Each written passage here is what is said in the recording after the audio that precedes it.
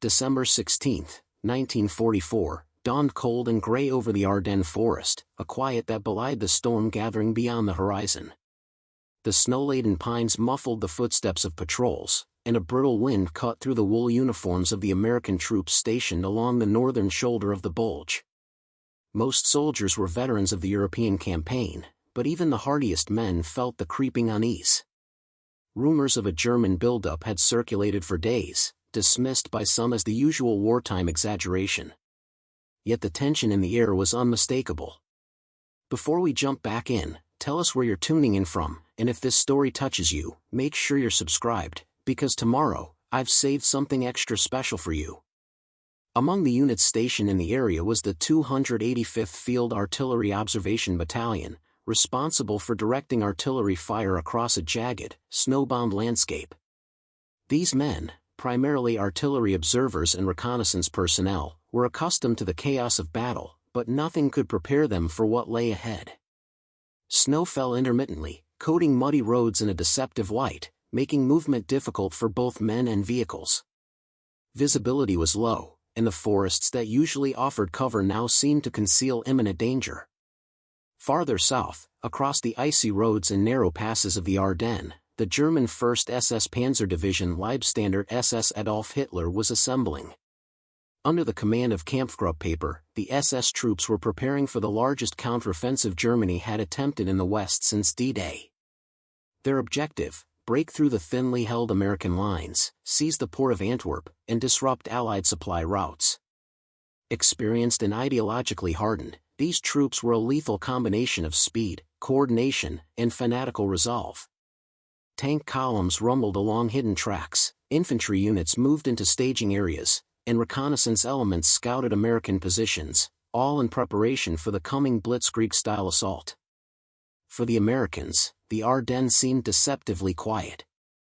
Observation posts reported distant vehicle noises and sporadic artillery fire, but the scale of the German operation remained unclear. Most soldiers attributed the occasional gunfire to isolated patrols or artillery exchanges. Even the battalion's leaders could scarcely predict the magnitude of the German offensive, underestimating both the speed and the intensity of the approaching armored spearhead.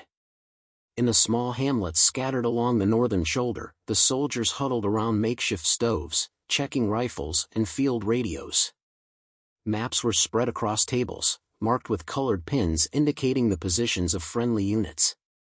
Morale was cautious but resilient, the men joked quietly, masking an anxiety that none of them could shake entirely. A sense of routine still prevailed, as if the war had paused, waiting politely outside the forest. Yet the forest itself seemed alive, whispering with the distant roar of engines, the faint metallic clatter of armor, and the ominous hum of impending conflict. The battalion's leaders were acutely aware of the tactical significance of their position. The Malmedy crossroads, a narrow intersection of snow-covered roads, would soon become a critical juncture. Whoever controlled it would have a decisive advantage in the movement of troops and supplies. The American men understood that their role was to observe, report, and adjust artillery fire with precision, but in the Ardennes, the line between observer and target could vanish in an instant. As daylight waned, the soldiers of the 285th Field Artillery Observation Battalion settled into their positions, unaware that the forest around them was about to erupt into one of the most brutal engagements of the Ardennes campaign. By morning, the quiet would shatter, and the fate of 84 American men, unarmed, isolated, and trapped, would be sealed in snow and steel. The morning of December 17, 1944, broke with an eerie stillness over the Ardennes. Snow blanketed the ground, turning roads into treacherous ribbons of ice. The 1st SS Panzer Division, under the command of Kampfgruppe, moved with the precision and discipline of a mechanized juggernaut. Tiger and Panther tanks rumbled through narrow forest trails, their tracks carving deep grooves into the snow, while columns of half-tracks and trucks carried SS infantry forward. Every man and machine had a purpose, every movement a rehearsal of destruction. Intelligence briefings had identified the lightly defended American positions as vulnerable nodes. Paper's orders were clear: strike fast, strike hard, and exploit the chaos. At the crossroads near Ardennes, Paper's lead elements encountered sporadic American resistance. Observation posts reported the approach of armored columns, and the crackle of radio traffic carried terse updates from forward patrols. Small arms fire erupted briefly as German scouts pressed forward, testing defenses. But the Americans were unprepared for the scale and ferocity of the assault. Snow muffled much of the advance, but the rumble of engines and the sharp bark of tank-mounted machine guns announced that retreat or surrender would soon be the only options for isolated units. By late morning, the German spearhead reached the Malmedy crossroads. Here, the American forces had positioned a handful of reconnaissance and artillery personnel, men ill-equipped to halt a mechanized offensive. They observed the SS troops with growing alarm, reporting back the advancing columns of armor, the tank's low rumble like distant thunder, the glint of winter sunlight on steel helmets. Radios buzzed with orders and cautions, but reinforcements were too far to respond immediately. The crossroads was a trap, the snowbound terrain allowed no maneuvering room, and the Americans' defensive options were limited to holding positions until help arrived, a hope that was already fading. The SS troops, disciplined and ruthless, executed a classic encirclement. Infantry moved into flanking positions, supported by armored vehicles that cut off escape routes. German signals officers directed artillery fire on nearby roadblocks, clearing paths for tanks and half-tracks to advance. The Americans, numbering just 84 men across several small detachments, had neither the manpower nor the heavy weapons to resist effectively. Confusion spread among the defenders as they realized the overwhelming scale of the assault. Capturing the crossroads became a matter of minutes. German troops approached cautiously, rifles at the ready, eyes scanning for any last pockets of resistance. The Americans, recognizing their isolation, raised white flags in surrender. Fear etched their faces, but they maintained military discipline, forming up in groups as the SS soldiers ordered them to disarm. Accounts from survivors later described the cold, calculating demeanor of the German officers, men trained to move efficiently, neutralizing obstacles with lethal precision. In a cold, forested clearing near Ardennes, the surrender took place. Snow crunched underfoot as the Americans were assembled, rifles and sidearms handed over. German officers counted heads, checked equipment, and ensured no escape was possible. The men were exhausted, hungry, and shivering, their breath misting in the freezing air. Some whispered prayers or attempted quiet conversations to maintain calm, but the tension was palpable. Even in surrender, there was a lingering hope, however faint, that their ordeal would end with detention as prisoners of war. What the Americans could not know was that Kampfgruppe had been instructed to treat prisoners harshly, reflecting the brutal ideology of the SS and the desperation of the German offensive. The mechanics of the Ardennes advance, speed, intimidation, and shock, now extended to the treatment of captives. The small clearing, serene beneath its blanket of snow, would soon be transformed into a sight of terror. By midday, the stage was set. 84 Americans, mostly artillerymen and reconnaissance personnel, were now disarmed, grouped, and under the watchful eyes of SS troops.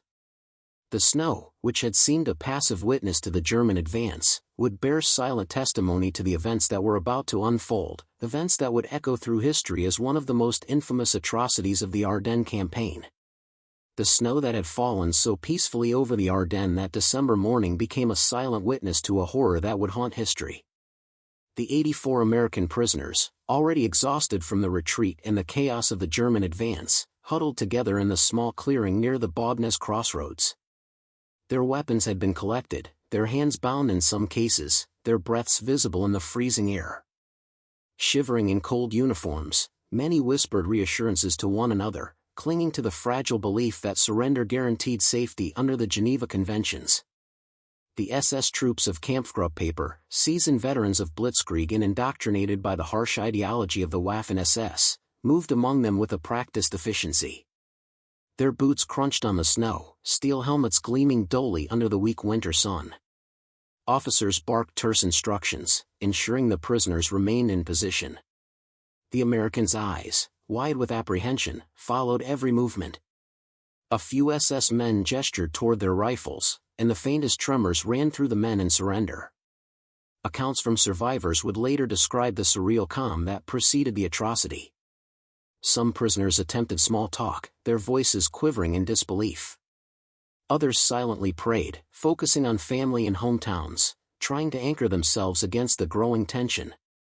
One man remembered seeing a young SS soldier, barely older than himself, checking his weapon with a casual efficiency that seemed disturbingly normal given the situation. The contrast between the serene snow and the lurking violence was almost unbearable, a quiet so complete that it amplified the panic in every heartbeat. Without warning, the orders came. Historian Daniel Hallman's research, corroborated by U.S. National Archives documents and survivor testimony, confirms that the SS officers, acting under Paper's chain of command and reflecting the brutal operational philosophy of the Ardennes offensive, initiated a calculated execution. Machine guns roared to life, and the quiet snowfield became a hailstorm of steel and death. The Americans, many just 18 or 19 years old, had no chance to react. Those who tried to flee were cut down instantly. Those who remained standing were met with a relentless barrage, the fire sweeping across the frozen ground in precise, unrelenting arcs. Bodies fell in the snow, their crimson staining the white blanket in stark contrast. Men cried out, some screaming, others calling the names of comrades, voices swallowed immediately by the thunder of automatic weapons. The survivors would later recall the smell of gunpowder and blood mingling with the sharp, cold air, a sensory horror that no words could fully convey. Some attempted to roll or crawl for cover, the snow betrayed their movements, making escape nearly impossible. Within minutes, the clearing was a scene of carnage. Paper's men continued methodically, moving down the lines of prisoners with rifles and machine guns, ensuring no one escaped. The massacre was not a chaotic firefight, it was an execution, a grim demonstration of terror designed to demoralize and intimidate. Only a handful of Americans survived, some feigning death beneath the corpses of their comrades, others finding refuge behind snowbanks and fallen equipment. Their later testimonies, captured by the U.S. Strategic Bombing Survey and the 339th Fighter Squadron History, would provide a chilling record of the events. The Malmedy massacre, as it would be known, was over in less than half an hour. The snow, once pristine, was now marred with footprints, blood, and discarded equipment. 84 men had been executed or left for dead, the few who survived would carry the trauma for the rest of their lives. German records, captured after the war, show no formal reprimand for Paper or his men. The atrocity reflected the brutal operational and ideological context of the SS advance during the Ardennes offensive. By evening, Kampfgruppe Paper had resumed its advance, leaving behind the clearing as a frozen tomb. The snow, a silent witness, preserved the grim tableau until the first Allied forces returned to document the site. Photographs and reports, later included in the post-war interrogation reports of German officers, 1945 to 1946, confirmed the scope of the atrocity, the largest single massacre of American POWs in the European theater. The events at Ardennes would become a symbol of the SS ruthlessness and the brutal reality of the Battle of the Bulge. The aftermath of the massacre at Ardennes was marked by a mixture of horror, shock, and disbelief.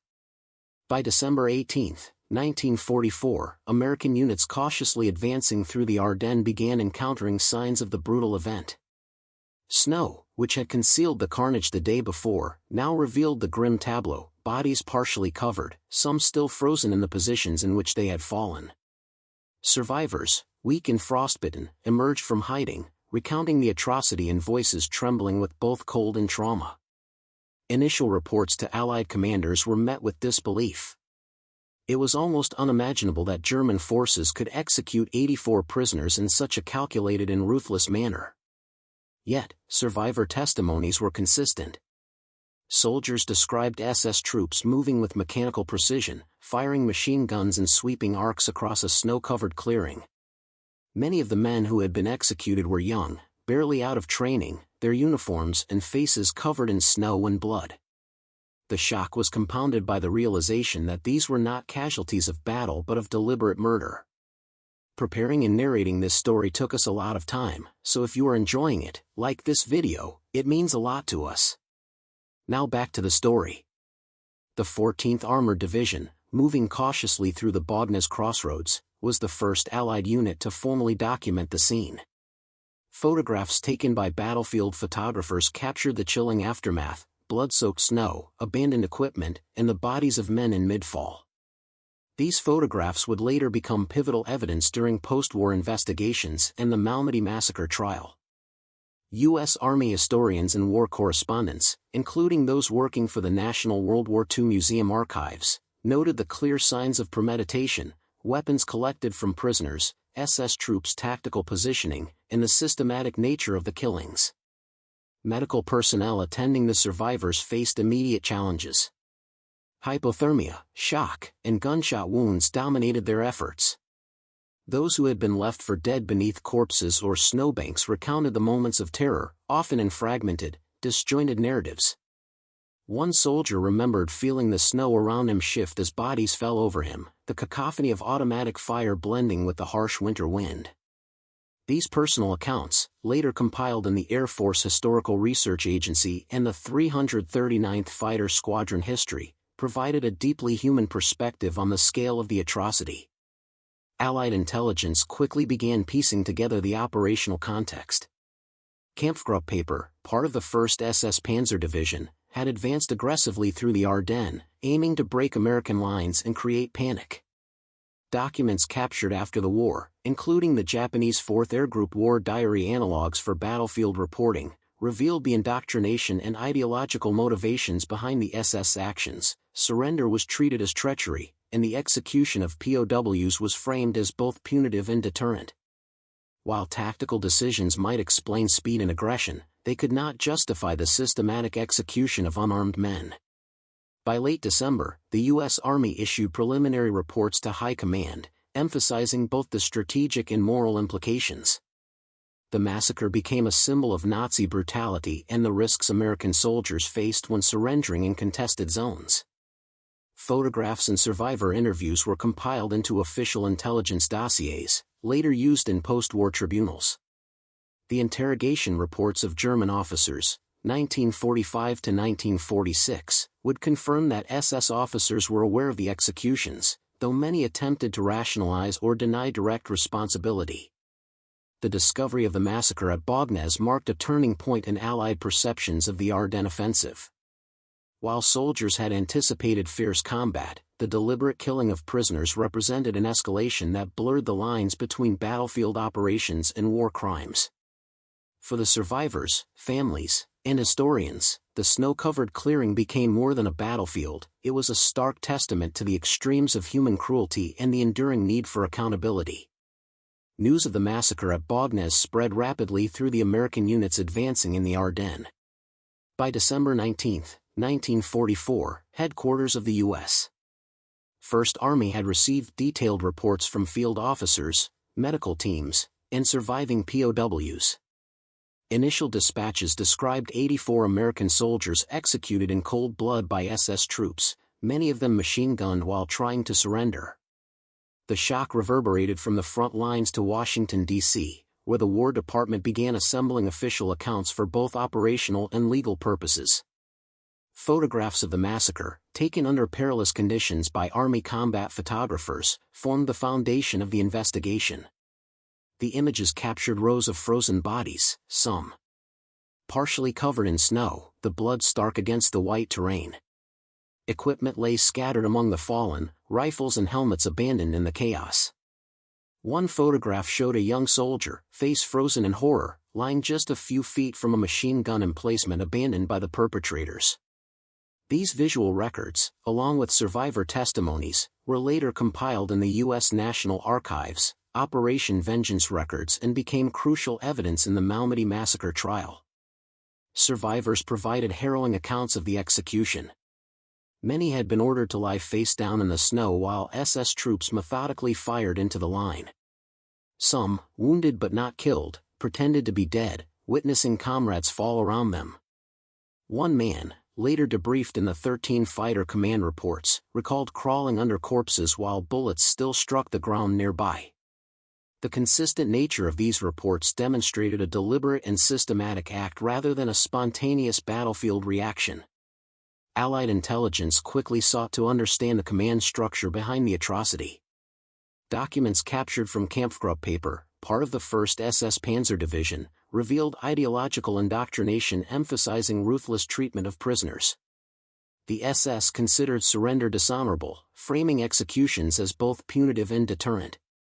Interviews with captured officers in 1945 to 1946, preserved in the interrogation reports of German officers, confirmed that the killings were sanctioned, though direct responsibility was often denied or obfuscated.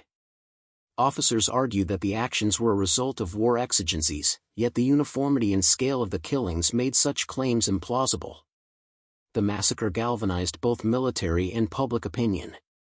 In Europe, American units redoubled caution during engagements with SS formations, wary of surrender or capture.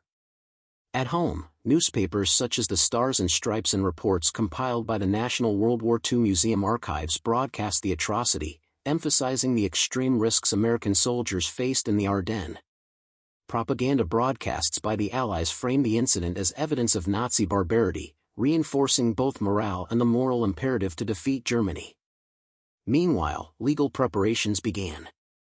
The Office of the Judge Advocate General, JAG, immediately tasked teams with documenting evidence for eventual war crimes trials. Photographs, survivor statements, and captured German documents were meticulously catalogued. Units such as the 14th Armored Division and 393rd Infantry Regiment assisted in identifying the location of the massacre site, mapping positions of the dead, and preserving items that might link SS personnel to the killings. Evidence collected would later prove indispensable in holding perpetrators accountable at Dachau and Nuremberg. The discovery of the massacre also had operational implications. Allied commanders reassessed their advance, recognizing the extreme brutality of SS units and adjusting tactics accordingly. Patrols were instructed to prioritize speed, surprise, and caution, while intelligence officers emphasized intercepting SS communications and movements. Morale among American troops fluctuated between outrage and fear, yet the reports also hardened resolve, reinforcing the understanding that Nazi forces were not merely opponents in combat but agents of calculated terror. By late December 1944, the story of the Ardennes massacre had become both a rallying cry and a legal imperative. The snow-covered clearing, once a site of senseless death, now represented a turning point, evidence that would expose Nazi war crimes, galvanize Allied troops, and leave an enduring historical record of both horror and accountability. As the Ardennes campaign progressed into late December 1944, the American military and Allied intelligence apparatus intensified efforts to identify the perpetrators of the Malmedy massacre. The Office of the Judge Advocate General, JAG, coordinated closely with the First Army's intelligence officers to gather first-hand accounts from survivors, soldiers who had witnessed SS movements, and units that had engaged Kampfgruppe. Detailed interviews reconstructed the sequence of events leading to the massacre, establishing both the timing and the deliberate nature of the executions. Survivor testimonies were consistent and harrowing. Several soldiers who had crawled away from the scene described SS units arriving in armored vehicles, systematically surrounding the POWs and separating them into groups. Machine guns were trained on those who attempted to resist, while others were forced to lie prone in the snow. One soldier recounted an SS officer shouting orders in German, demanding that no one be spared. These statements were cross-referenced with captured German documents, including war diaries from the 4th SS Panzer Division, which confirmed the movement of Papers forces through the Ardennes area and outlined the chain of command. Investigators also relied on physical evidence at the massacre site. Bodies had been hastily buried or left partially exposed in the freezing temperatures, making identification challenging but crucial. The U.S. Army Graves Registration Service documented the remains, photographing them and marking locations. Uniforms, personal effects, and weapons provided clues linking specific SS units to the killings. Engineers mapped the area, recreating firing positions and vehicle placements, which helped corroborate survivor statements. The meticulous collection of evidence extended beyond the Ardennes. Captured documents, letters, and operational orders seized from Papers staff provided insight into both the planning and justification of the massacre. Officers often cited adherence to SS directives regarding the treatment of prisoners, yet the documents revealed little operational necessity for the executions. Instead, They emphasized intimidation, ideological enforcement, and the suppression of resistance morale among advancing Allied forces. The legal groundwork for post-war accountability took shape even before the German surrender. The War Crimes Branch of the European Command reviewed all material, preparing dossiers for use in future tribunals. These included detailed maps of the execution site, forensic analyses of bullet trajectories, and transcripts of survivor interviews. Statements from captured German officers, later preserved in the interrogation reports of 1945 to 1946, revealed a mixture of denial, rationalization, and occasional admissions. Some officers claimed that orders were misunderstood or that discipline had broken down, but the overwhelming evidence demonstrated premeditation. By early 1945, several suspects had been identified. Units of the 1st SS Panzer Division Leibstandarte SS Adolf Hitler, including personnel directly under Joachim Paper, were targeted for interrogation. Intelligence officers compiled lists of names, ranks, and previous engagements, linking individual soldiers to specific acts at Ardennes. These preparations would become the foundation for the Malmedy massacre trial conducted at Dachau in 1946, one of the first large-scale war crimes tribunals addressing Nazi atrocities. The investigation also shaped American military culture in the Ardennes. Commanders emphasized both caution and vigilance, reminding soldiers that SS units could commit extreme acts even against surrendered troops. Morale was tempered by outrage, yet the legal pursuit reinforced the principle that such atrocities would not go unpunished. The combination of field intelligence, forensic evidence, and captured documents provided a comprehensive record, ensuring that justice would be pursued methodically, even amid the chaos of battle. In these efforts, the American military demonstrated a commitment to the rule of law under wartime conditions. By documenting, interrogating, and preparing legal cases while operations continued, the U.S. Army and its allies preserved a factual and detailed account of the massacre. These records would not only hold perpetrators accountable but also serve as enduring testimony to the horrors inflicted at Malmedy, ensuring that the memory of the 84 soldiers executed in the snow would not be forgotten. By the summer of 1946, the world had turned its attention to the legal reckoning of Nazi atrocities, and among the cases of unprecedented scale was the trial of the men responsible for the Malmedy massacre. Held at Dachau Military Tribunal, the proceedings brought together survivors, U.S. investigators, and captured German officers to confront the horrors committed in the Ardennes just a year and a half earlier. The courtroom, set within the former SS complex near Munich, echoed with the weight of history. Steel doors that once enclosed prisoners of the Reich now contain the architects and perpetrators of their own crimes. The prosecution, led by Colonel Willis M. Everett, meticulously presented the evidence compiled in the months following the massacre. Maps, photographs of the snow-covered execution site, and forensic bullet analyses laid bare the systematic nature of the killings. Survivor testimonies were read aloud, recounting the terror of facing machine guns while lying in the cold, the cries of comrades, and the futile attempts at escape. Their accounts were corroborated with captured German war diaries from the 4th SS Panzer Division, highlighting the deliberate orders that led to the executions. Each piece of evidence reinforced the argument: 84 surrendered American soldiers had been killed intentionally, with no military necessity, in direct violation of international law. Defendants included Joachim Paper, the commanding officer of Kampfgruppe, and several lieutenants and non-commissioned officers who had overseen SS units in the Ardennes area. Some claimed ignorance, asserting that lower-ranked men had acted independently or that orders had been misinterpreted in the chaos of combat. Others attempted to justify the killings as retaliation for partisan attacks or alleged American atrocities, a defense quickly undermined by the comprehensive evidence showing premeditation and systematic execution. Interrogation reports, including admissions obtained during captivity in 1945 and 1946, exposed the falsity of these claims. The courtroom procedures reflected a dual mission: administering justice and documenting historical facts. Survivors provided live testimony, detailing the moment SS troops had forced them to lie in the snow, the sound of automatic weapons tearing through their comrades, and the shock of realizing they were among the few who survived. Veterans like Private Joseph E. Staborik and Sergeant Paul B. Grossman described injuries, frozen bodies, and the immediate aftermath, including the soldiers who had crawled to safety despite severe wounds. Their stories humanized the staggering numbers, ensuring that each life lost was remembered.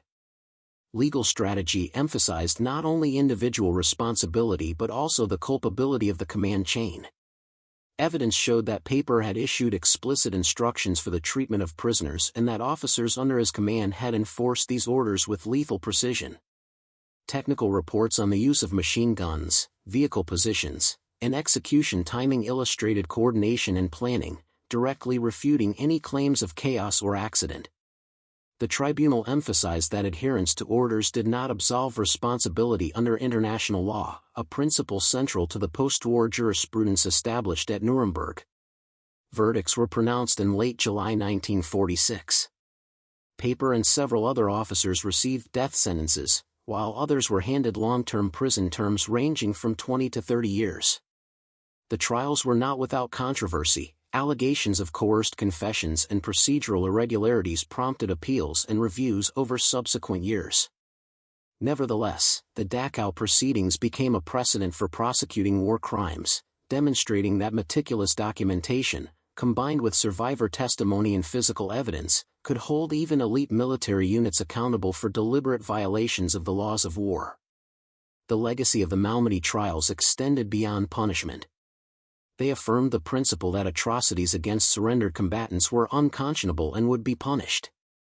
They preserved historical memory, ensuring that future generations could understand the scale, planning, and brutality of the events in the Ardennes.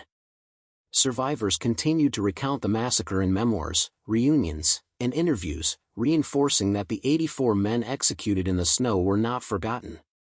The trials transformed the Malmedy massacre from a wartime horror into a documented historical and legal case study, an enduring testament to justice in the aftermath of atrocity. The snow that had once soaked the uniforms of 84 American soldiers in the Ardennes gradually thawed, leaving a scar on history that could not be erased. By the time the trials concluded at Dachau, survivors, families, and the wider public had begun the slow, painful process of reckoning, not only with the loss of life but with the realization that such brutality could occur in the midst of what many considered a civilized war. Malmedy became a symbol, a stark reminder of the consequences when military discipline is abandoned and ideology supplants humanity. For the survivors, the aftermath was complicated. Many carried physical injuries, but the psychological wounds ran far deeper. Veterans like Joseph Staborik and Paul Grossman spent years recounting the events to historians, journalists, and fellow soldiers, often reliving the cold, the gunfire, and the screams of men who had surrendered in good faith. Their testimony was invaluable not only for legal proceedings but for historical documentation. Through letters, interviews, and later memoirs, they ensured that the massacre would be remembered with the dignity and precision that history demanded.